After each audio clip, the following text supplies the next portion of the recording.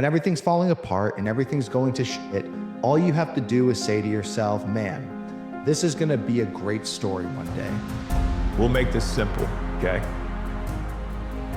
Your future is more defined by those days that you want to quit and you push forward than it is when everything is hunky-dory and everything's just easy. Having the message be clearer, having the vision clearer, my vision's clearer. And you have to take time to like find a vision. Like I see where I want to go. I see what I want to do. Okay, I see that, you know? So now that I see where I want to go, okay, what I gotta do, what message do I have to convey? What world do I have to paint to even get there? You're either going to spend your life watching other people do the things you want to do, and then you're going to end up on your deathbed and go, wow, I really blew it. I didn't push myself through all of those fears and those excuses when I could have. I really regret how I spent the time that I had. Think about it like this. What I do today will create an impact tomorrow. Well, tomorrow will be a new today. And then what I do that next day influences the next day and the next day. This is why it's super important for us to be persistent and be consistent. This is the only way you're ever going to build your life. This is the only way you're ever going to create it the way you want. It's showing up every single day, regardless of what it may look like on the outside. No seed ever grows without consistently watering it. Water your seeds. Are areas in this life where you are like a passive driver. You're sitting at the back seat, somebody is driving, and yeah, you can enjoy the view. But in this case, when you want to make that fire grow, you need to become the driver.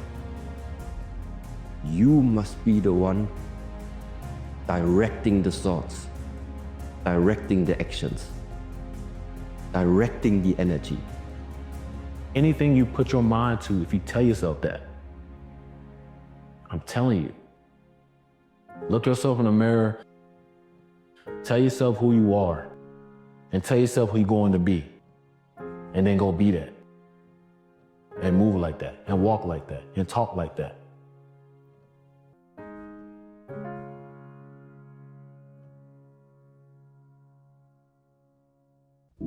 All the experts are agreed that in each of us, there are deep reservoirs of ability, even genius, that we habitually fail to use.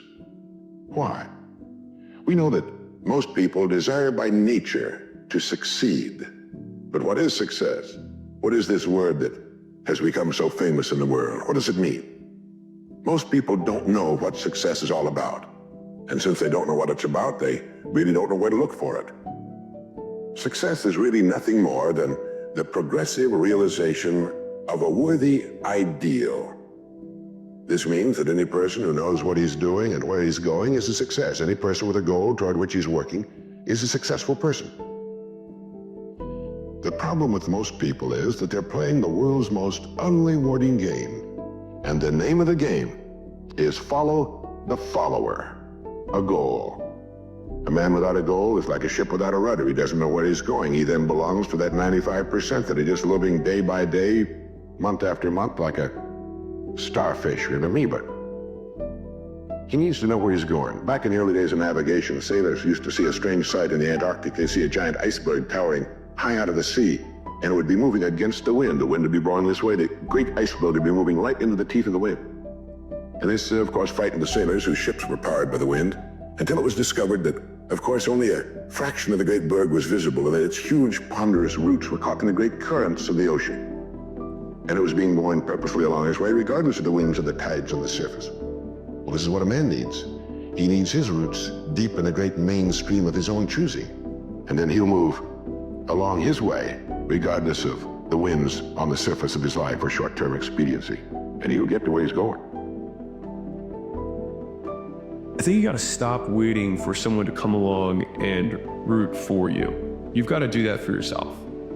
And if you get lucky, you'll find a few people who really believe in you.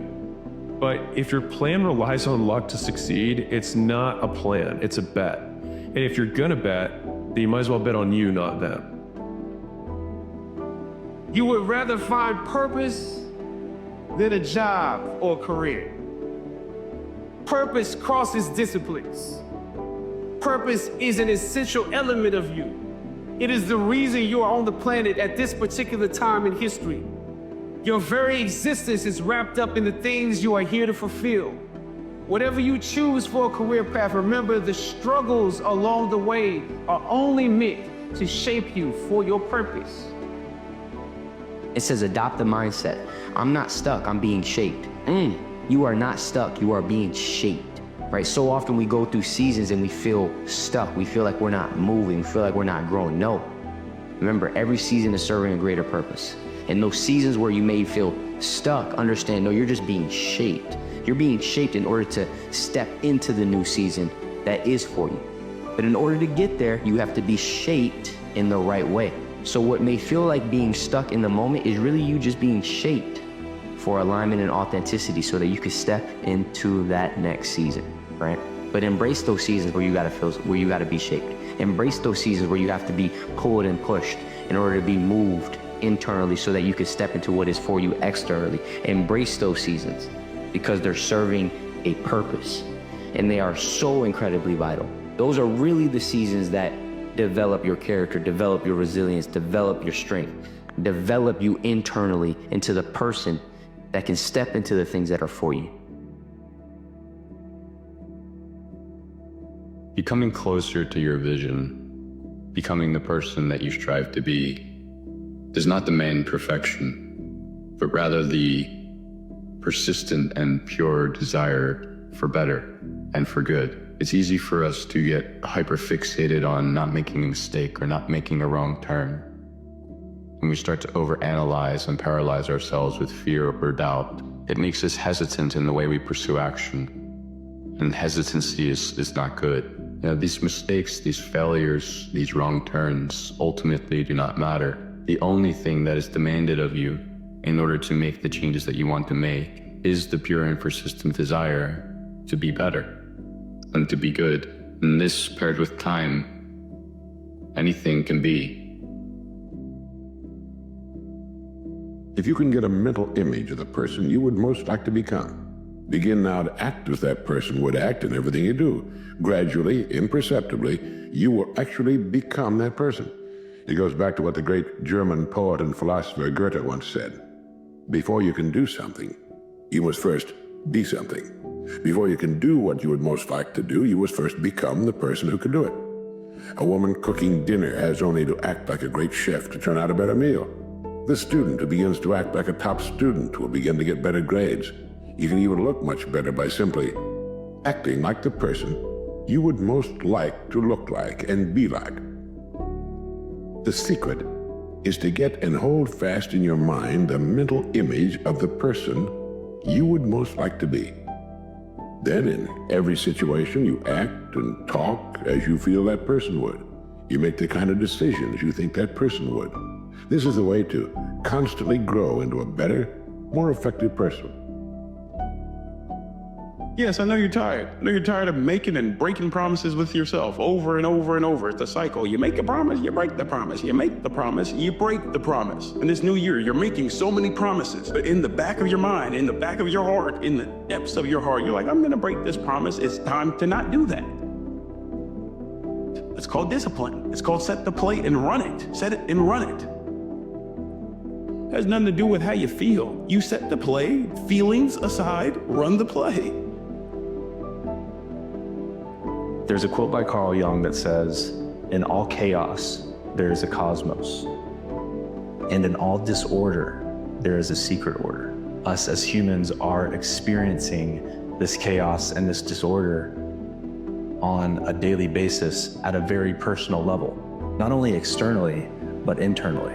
And what this quote is saying is that maybe it's for a reason. And I think it's very hard for us to grasp that all this pain and all this disorder and all this unknown could potentially, maybe, be for a reason, be a part of a harmony that we can't hear. And when you really get to the root of it, you're left with a choice. Do I want to live a hopeless life? Or do I want to live a hope-filled life? And I choose to believe the latter. I choose faith. I choose hope.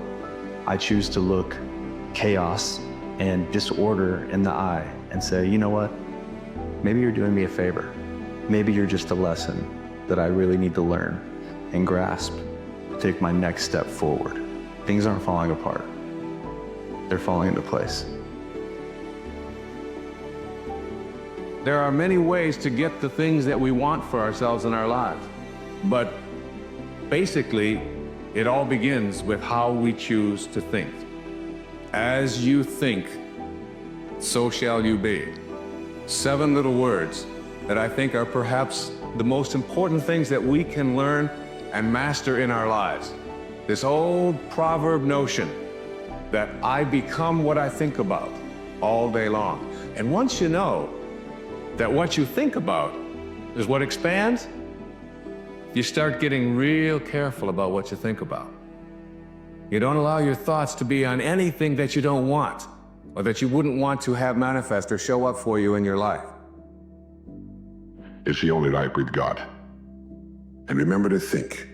Imagination is everything, and we can become what we can imagine. If you find yourself getting depressed and down at the mouth, as we all get once in a while, you might want to remember this quotation by Dean Briggs. He said, "Do your work. Not just your work and no more, but a little more for the lavishing's sake. That little more which is worth all the rest. And if you suffer as you must, and if you doubt as you must, do your work. Put your heart into it, and the sky will clear. And then out of your very doubt and suffering will be born the supreme joy of life." Believe it or not, in an age where we've come to nearly deify leisure time, we've almost lost sight of the fact that virtually all our satisfactions, rewards will come not from our leisure, but from our work. And don't forget the strangest secret. We become what we think about.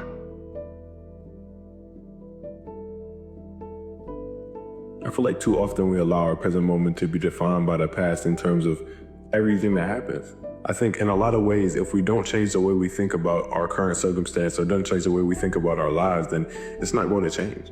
We keep on repeating the same thoughts and the same experiences via our thoughts. And in that way, we're experiencing the same reality. I feel like regardless of how new each day is and regardless of how new every circumstance is, in terms of life continuing to move forward, as long as our mind remains stagnant in some type of previous state, nothing is actually going to change. And that's why I feel like it's important to instill some type of belief in yourself when it comes to your future. If you believe that you can, why haven't you tried? And if you don't believe in yourself, then there's no point in trying at all.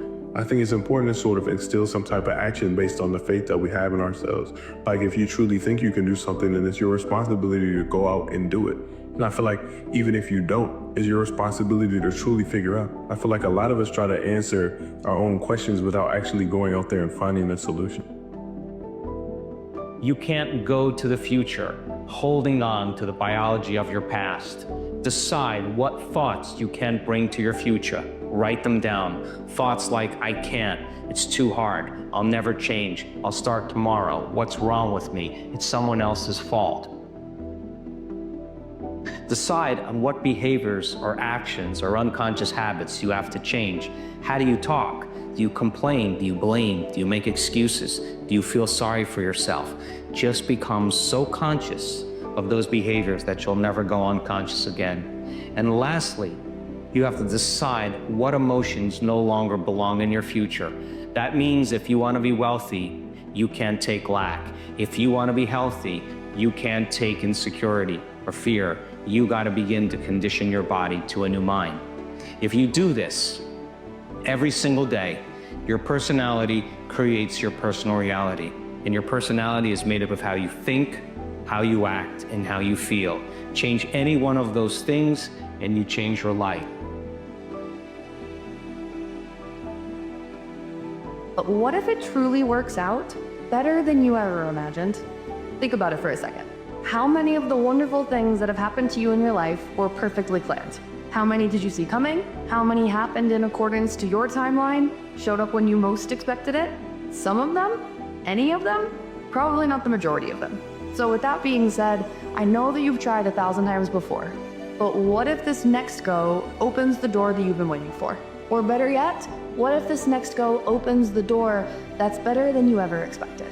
Remember, it's your responsibility to keep moving, keep learning, keep trying, keep trusting in the process, and it may just be better than you ever imagined. Real confidence slowly takes the place of the part you've been playing. Now, your life will not be transformed overnight. There'll be no sudden miracles, perhaps, but steadily, day by day, you'll grow into the image you hold in your mind. If you doubt this, try it for 30 days and watch what happens. You've got nothing to lose. The time is going to pass anyway. Why not put it to work, becoming the person you most want to become? It's the trick of the experts in every field.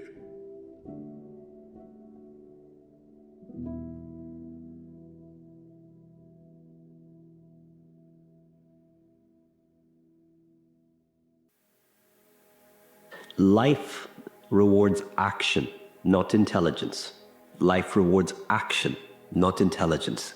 And I think one of the dangers is smart people, that the smarter you are, the better your excuses.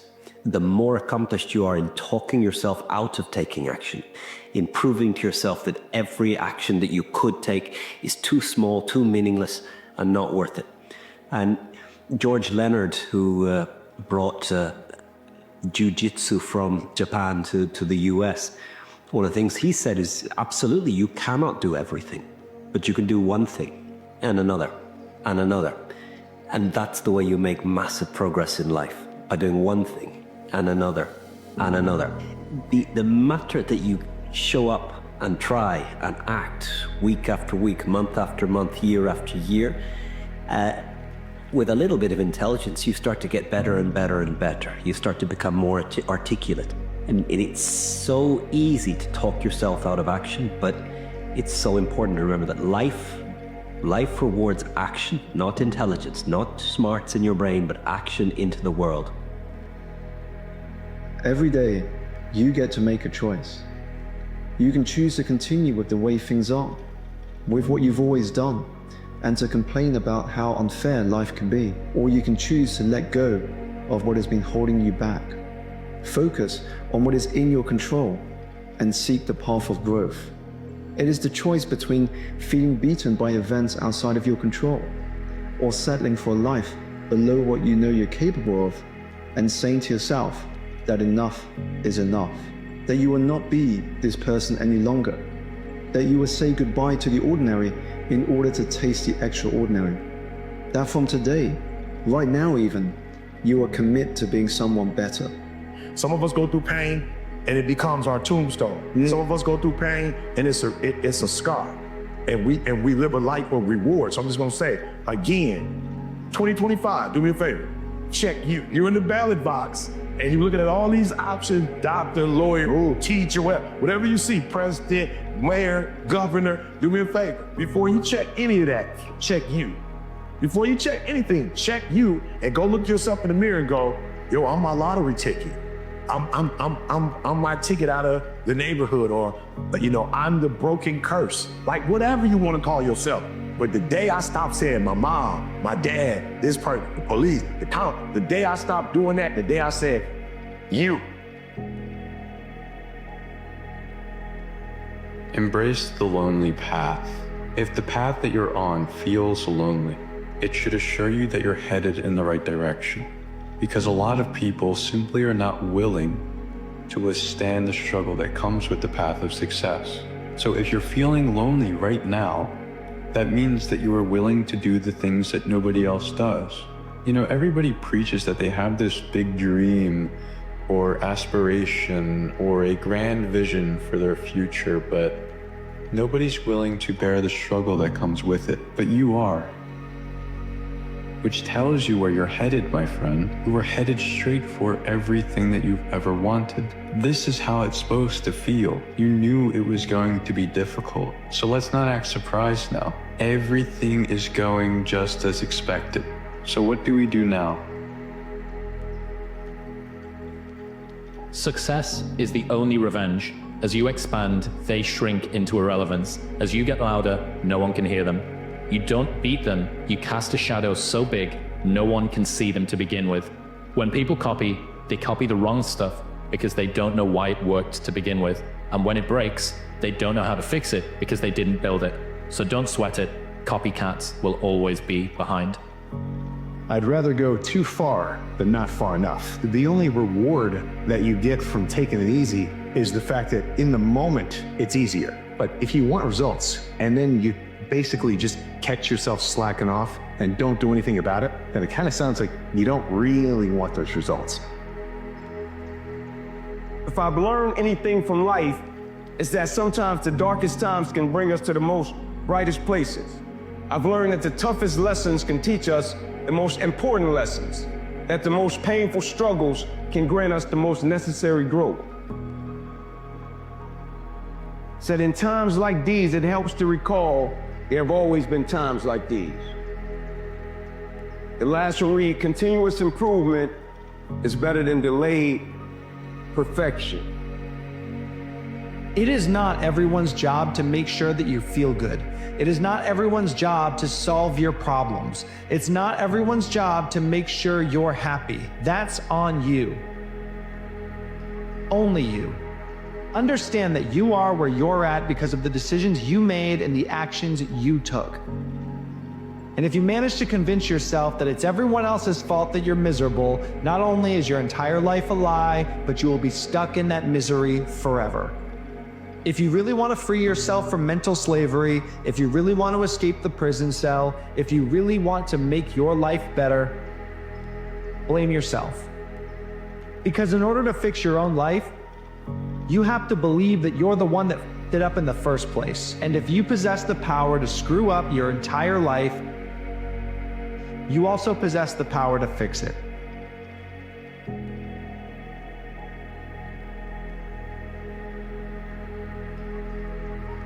The longest journey you will make are the inches from your head to your heart. Never an easy journey, but the most important you will make is that you find the courage to build a life around what matters most to you. There are pivotal moments in our lives that have the power to push us into an entirely new and exciting story from which there is no return.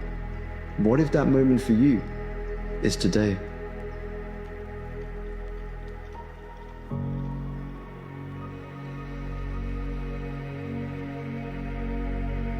So you're at rock bottom. Good. You feel like you've completely lost control, like the world is caving in on you and there's not a thing you can do about it. Like no matter what you try to do to remedy this dreadful state of existence, it only gets darker. Good. Accept it. Stop running. There is a mountain whose peak is so tall it is hidden behind the clouds. I want you to look up at it. Embrace the shadow that it has casted on you all this time. Understand that this mountain is no foreign entity. It is you. You are the mountain. And today, you stop cowering from your own potential. And there's a difference between feeling sad and being sad, feeling angry and being angry. You can feel angry all you want, you can feel sad all you want, but don't do sad shit, don't do angry shit. And I think that's what strength is. You can cry, you can be sad, you can do all those things, but doing what you're supposed to do, despite that, that's mental toughness. I'm gonna do what is right, even though I feel this way. If you can master that, you can master anything. You carry a heaviness. I'm stuck. By now, I really thought I would have left my mark, you know? Found my purpose. Instead, I've wasted so much time. Wasted. No. Time has been your silent sculptor, shaping you in ways you cannot yet see. You know, it's funny, man. A lot of you young guys think it's a choice to be great. Bro, it ain't no choice. It's an obligation. You don't only owe this to yourself, bro. You owe it to all the people that believe in you, that have sacrificed for your success. This ain't no choice, bro. The day you were born, you signed a contract. Do right by others, do right by yourself, do right by God, and watch the joy that fills your heart. I believe in you, bro. And so do all these other people. It's time for you to believe in you. You owe it to yourself, big dog. Owe it to yourself. Snow's coming down a bit this morning. Weather says feels like 14. The ears hurt, the hands burn. I do 3 minutes in the ice bath before every morning run, and I don't want to be out here. The thing is though, if I allow the fluctuation of my environment to dictate the likelihood of me showing up, my life would be up to circumstance. And that is a pitiful existence. All anyone really wants is a little bit of certainty, but almost nobody is willing to offer that to themselves. This world is going to do everything to keep you from showing up. Go find a way every single time, and life will be very different. I tell people, you get rewarded in public for what you practice in private. You look at somebody like Steph Curry, and you see this guy, to shoot the ball from almost half court, trumping on the side of his thing, and he doesn't even look. He turns around and just waves because he knows it's in already. And there's swish, and the crowd goes crazy. And people look at that and go, he's unbelievable. He's unbelievable. He's the greatest three-point shooter in history. There's no one like him. But what they don't pay attention to is that isn't like a little gift, right? He shoots 500 shots every single day, never less than that, 7 days a week, for more than 15 years. His 15-year professional career. He's been doing it since before he was in college. His dad really trained him. So think of that, 3,500 shots a week, 168,000 shots in a year, 2.52 million shots in his 15-year NBA career, so he can make 3,600 shots. Not even 1/10 of 1%. What I have discovered is this: a strategy is like a freeway. It allows us to get to where we want to go as quickly as possible. So many times on the freeway, we take exits. And every time I take an exit, I lose my way. Every time I take an exit, I now am further away from my dream than what I probably was when I started. You have to understand that it's the pathway, it's the step-by-step process that allows us to get to the dream. So many times we look at the top of the mountain and forget the fact that it's the first step. Your dream requires thousands of steps in the right direction.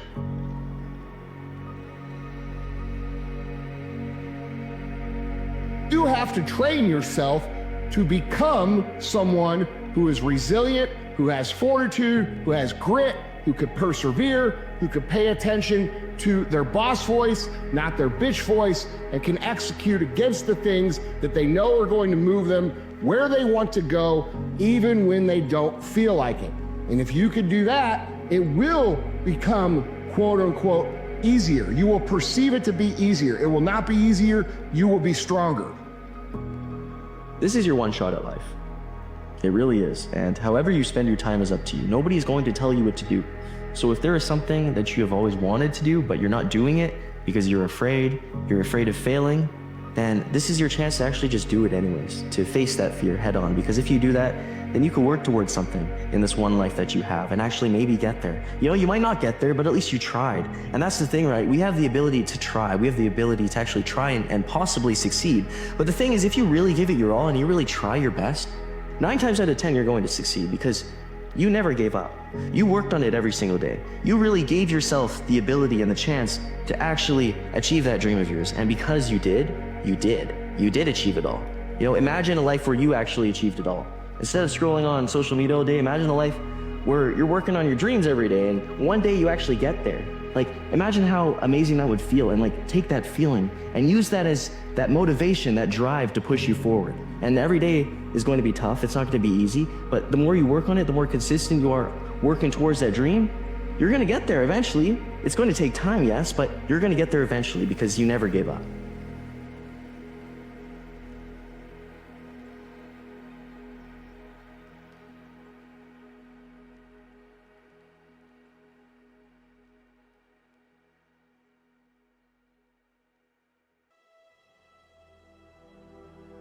So the question you have to ask yourself is, who am I? Where am I going? What do I want to accomplish? 3 major areas of goals that you have to think about. The first is your personal and your family goals. These are the reasons why you're alive. What do you want to accomplish for yourself and for your family? Write them down, define them clearly. The second set of goals that you have to ask is your business, your career, your financial, your material goals. What is it that you want to accomplish in the external world? Where do you want to make your contribution? The third type of goals you have to ask about are your self-development goals. And in my estimation, your ability and your willingness and your tenaciousness in developing yourself is the key to accomplishing everything else. You know that dream in you that seems out of touch and crazy? Yeah, that one. What if that dream was actually put in you for a reason? Do not buy into the fear that everyone around you calls logic. The dreams that truly make a difference are rarely logical. Be fearless in the pursuit that sets your soul on fire. The proper comparison group for you is you yesterday. First of all, you're the only control group that's appropriate to you because you have a certain set of talents and possibilities and limitations and tragedies that are truly unique to you. Shouldn't it just happen? Well, it doesn't. Basically, life is this way. What you put into it is what you get out of it. People want their life to be free of struggle and conflict. They want a smooth path in front of them. Where you face adversity or things aren't going quite well, you have to reassess who you are. You have to reassess your opinions. You have to say, maybe I'm not doing this the right way. Maybe my patterns of responding in the past aren't working out. Maybe there's something wrong with me. How can I learn from this moment? How can I get past this particular obstacle? If you never have failure, if you never have conflict, you are never going to develop yourself in life. Even though you are scared, can you still go through with the task? Even though it's risky and you don't know what's on the other side, can you still stay focused, stay locked in, keep working, and keep pushing forward? That's the person that people want to follow. What's the number one way you measure somebody that's hungry? Very simple. Their sense of urgency. That's simple. Let me explain to you why. So people say, "Mike, you have no idea how hungry I am." Really? Yeah. What'd you do about it today? Oh, not today, but tomorrow I'm gonna. You ain't hungry, man. You just think you're hungry. You are not hungry. Think like the person you intend to become. Ask yourself, how would the person I'd like to be do the things I'm about to do? Everybody in here wants to get to the next level. And very simple, you can make two lists, and I can tell you if you're gonna get to the next level or not. Make a list of what you wanna do to get to the next level. And on the other side of the list, what are you willing to do to get to the next level? And if that list doesn't match, you are so far away from winning, you have no chance. You do not have time to fuck around. You don't have time to play games, to be in everybody's face, to not be focused on your goals. Every single day counts. You didn't do nothing yesterday, and you didn't do nothing today. Every single day that you don't do nothing, bro, is a day wasted. It's a day that you could have got better. You've developed a false belief system in yourself of what you need to know to take action. And so successful people are willing to step into the unknown and the unprepared more than people who are unsuccessful. So procrastination is really saying, I got to know a little more, I got to prepare a little bit more, I got to get a little bit more ready, a little bit more ready, a little bit more ready. And you keep raising the readiness quota to a point where you never take action. And so you got to get to this point where you're like, I'm going to get into the room, I'm going to start to write that paper, I'm going to start the book, I'm going to get into that, and I'll figure it out when I get there. And most people that are successful have this internal belief system that I don't need to know everything to take action. I just need to know enough to get in the room, and I'll figure it out from there. No one has ever achieved anything if they haven't faced failures, if they haven't had disappointments. To achieve anything in life, you have to be prepared to take on the odds, face disappointment. You only lose when you give up. If you do not give up, you will win from the most incredible positions. The fight is in the mind. It's not physical, it's in the mind. What are the things that you fear that's been keeping you from living your dream? That's been keeping you from doing some things that you would like to do? Just think about those things. We're taught to believe that control is the key to a good life. That if you can just plan everything perfectly, prepare for every outcome, and hold on tightly enough, you can avoid the chaos, the pain, the uncertainty. Control feels safe. It feels powerful. It feels like the only way to keep your world from falling apart. But here's the paradox. The tighter you hold on, the less control you actually have. The more you try to force life to fit into your expectations, the more it slips through your fingers. Because life isn't meant to be controlled, it's meant to be lived. And sometimes, the only way to truly gain control is to let go. Letting go doesn't mean giving up. It doesn't mean apathy or passivity. It means surrendering to the flow of life, trusting the process, and understanding that you don't have to micromanage every detail to create something beautiful. Control feels comforting, doesn't it? Like if you can just hold onto the reins tightly enough, nothing bad will happen. But the truth is, control is an illusion. You can't control the weather, the economy, other people, or the random twists and turns of life. What you can control is how you respond, your attitude, your effort, your choices. That's where your power lies, not in trying to control everything around you, but in mastering what's within you. When you stop chasing the illusion of control, you free yourself from the anxiety of trying to predict the unpredictable. You stop wasting energy on things you can't change and start focusing on the things you can. So much of our desire for control comes from fear.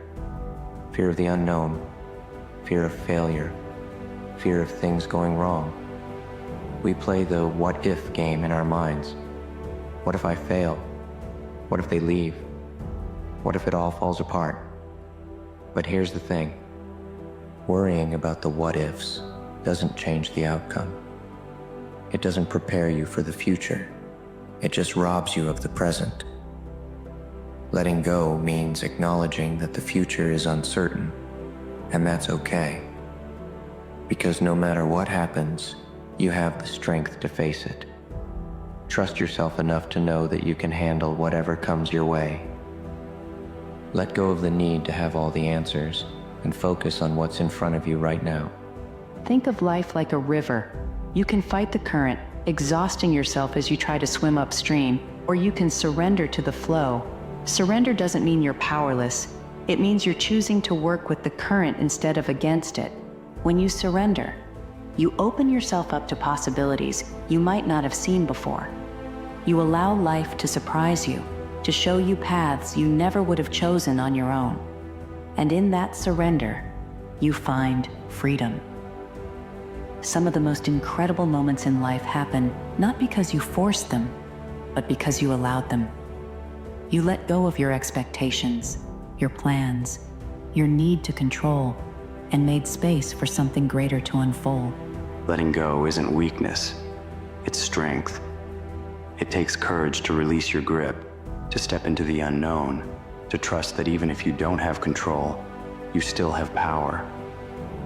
Power to adapt, power to learn, power to rise, no matter what life throws at you.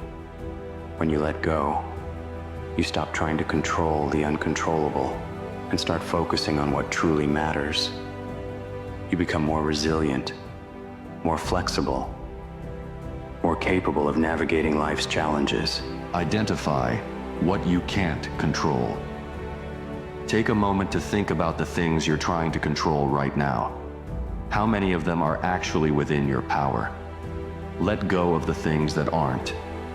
Release the weight of trying to fix what isn't yours to fix. Focus on your response. You can't control the storm, but you can control how you weather it. Shift your focus from what's happening around you to how you're showing up in the midst of it. Trust the process.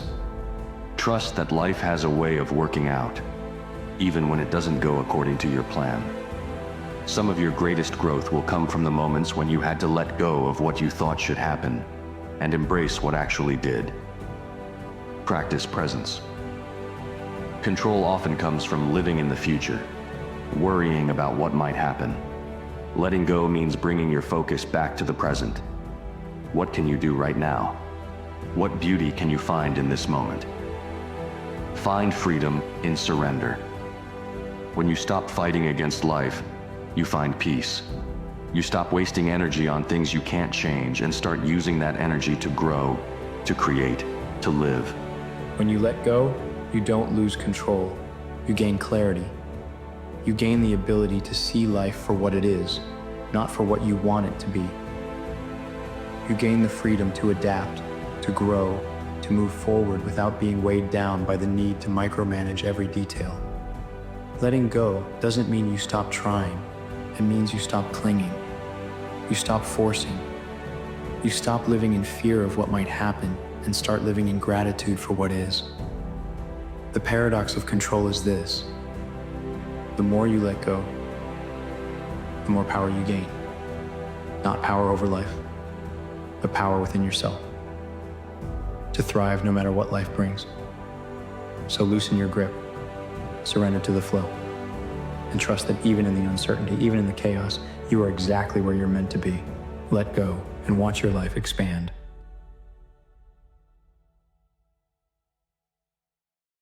And it seems to me if we want to build a bridge to a rational world that the better part of humanity can cross, we have to deal with this fact.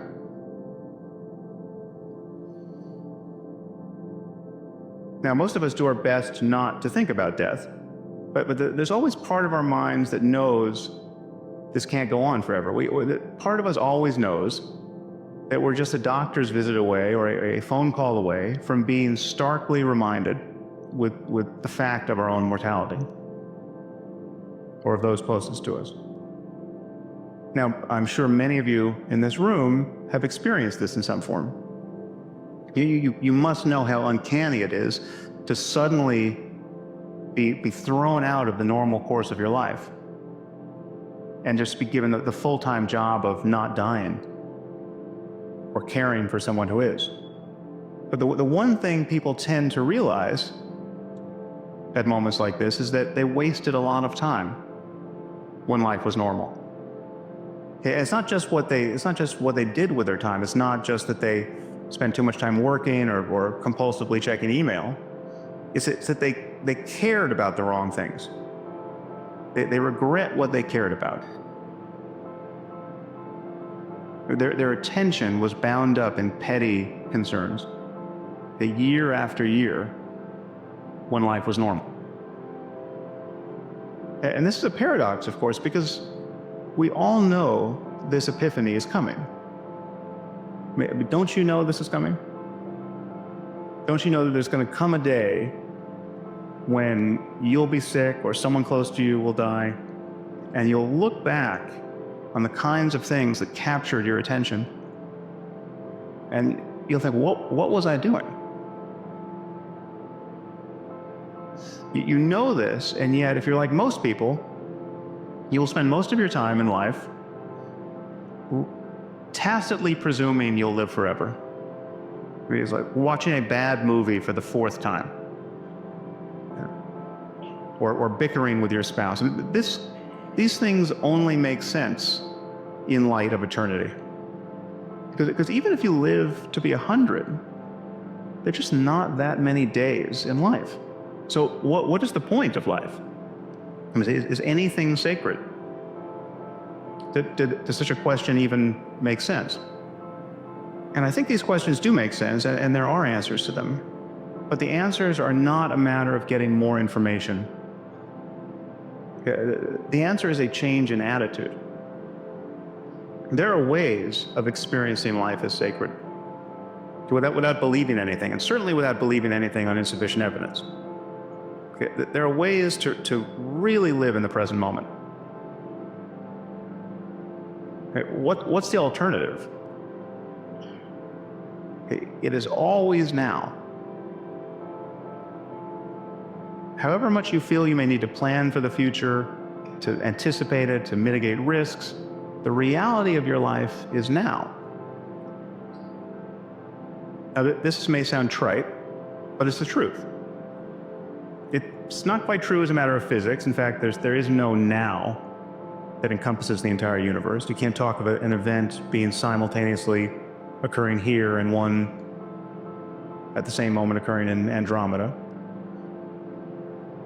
The truth is now is not even well defined as a matter of neurology. because we know that inputs to the brain come at different moments, and that consciousness is built upon layers of inputs whose timings have to be different.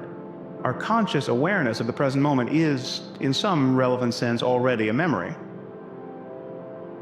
But as a matter of conscious experience, the reality of your life is always now.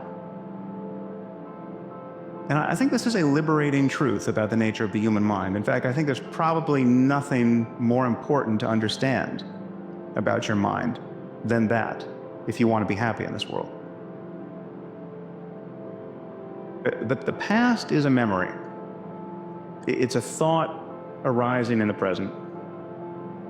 The future is merely anticipated. It is another thought arising now. Okay, what we truly have is this moment and this. And we spend most of our lives forgetting this truth, repudiating it, fleeing it, overlooking it. And the horror is that we succeed. We manage to never really connect with the present moment and find fulfillment there because we're continually hoping to become happy in the future. And the future never arrives. Even when we think we're in the present moment, we're in very subtle ways always looking over its shoulder, anticipating what's coming next. We're always solving a problem. And it's possible to simply drop your problem, if only for a moment, and enjoy whatever is true of your life in the present. So we have a very limited view of what's going on. We're subjectively unaware of most of what our minds are doing. And yet when we think about what matters is consciousness and its contents. Consciousness is everything. Our experience of the world, the experience of those we care about, is a matter of consciousness and its context. So whatever the origins of consciousness, the most important question for us is how can we truly be fulfilled in life? How can we create lives that are truly worth living, given that these lives come to an end? We're all in the business of seeking fulfillment and relief from suffering. I mean, this is not to say that we want mere pleasure or the easiest possible life. Much of what we want in life, much of what we want to experience, entails struggle, and many of us learn to enjoy the struggle itself in some measure. Any athlete knows that there's certain kinds of pain that are actually pleasurable. If the burn of lifting weights was actually the symptom of a disease, it would be intolerable. But because it's happening in the context of a strenuous exercise and progress there, most people learn to enjoy it. So the conceptual lens through which we view even very intense sensation largely determines how we feel about it. And this is one of the many ways in which our thinking about experience changes the character of experience. So the frame we put around the present moment is important and largely determines our experience of it. And how we think about death changes depending on whether we're thinking about dying ourselves or about losing the people we love. But whichever side of the coin we take here, death is really an ever-present reality for us. And it is so whether we're thinking about it or not. It's always announcing itself in the background, on the news, in the stories we hear about the lives of others, in our concerns about our own health, in the attention we pay when crossing the street. If you observe yourself closely, you'll see that you spend a fair amount of energy each day trying not to die, and has long been noted by philosophers and contemplatives and poets Death makes a mockery of almost everything else we spend our lives doing. But contemplating the brevity of life brings some perspective to how we use our attention. It's not so much what we pay attention to, it's the quality of attention. It's how we feel while doing it.